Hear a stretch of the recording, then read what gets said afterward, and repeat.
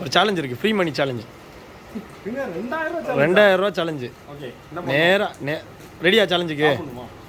இல்லை நேராக போய் அந்த செவரை தொட்டுட்டு வந்து என்னை தொடணும். தொட்டால் 2000 ரூபா. ஈஸியாக ஜெயிக்கலாம், ஈஸியாக ஜெயிக்கலாம்.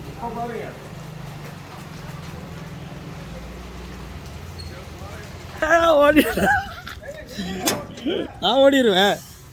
2000 ரூபா ஈஸியாக ஜெயிச்சிருப்போம் நினை. பாய் பாய்.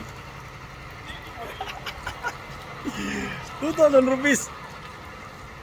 இப்படி தான் சீட் பண்ண கோச்சிங்கனியா? சரி வச்சுக்கோ.